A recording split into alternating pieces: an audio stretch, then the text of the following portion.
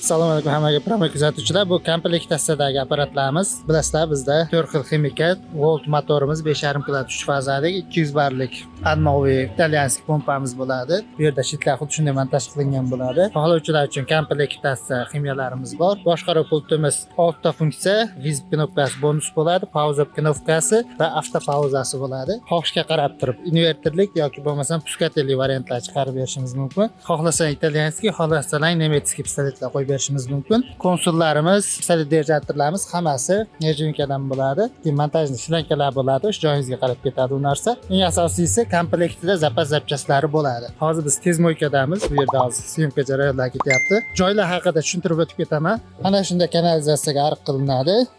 Keyin o'rtaga mana shunaqa yama qilinadi. Bundan asosiy maqsad o'sha uklon yamani ichiga qilinadi. Qum loylar shu yerga cho'kib, shu yerda to'planib, suvni o'zi bu yerda o'sha kanalizatsiyaga qo'shilib ketadi. Razmerlarni tushuntiraman. Standartlar bo'yicha eni 5 metr, kirish joyi uzunligi 6 metr, balandligi 4 metr qilinadi. Asosiy narsamiz ana shu joyga konsullar qotgani, ana shunday o'ngon profil tortib olishimiz kerak bo'ladi. Splashnoy nechta bo'lsangiz bo'lsa, sababi montajni shlankalar orqasida akkuratniy bo'lib o'tadi va konsullar shunga mahkamlanadi. Montaj ko'rishlari mumkin. Yana aytgancha qo'shimcha, agar mana shunday paracha chizib, shunaqa duga qo'yib qo'ysalar, mashina kelib to'xtaganda bu yoqda o'sha normada mashinada aylanib o'tgan joy qoladi. Ko'rishlar mumkin. Asosan biz italyanskiy pistoletdan foydalanamiz, sababi tajribada yaxshi effekt bergan. Keyin bizda polidержателlarimiz nerjinka bo'ladi. Bu yerda qaysi pistoletdan nimalar chiqish kerakligi yozib qo'yilgan va bu yerda boshqaruv pultimiz.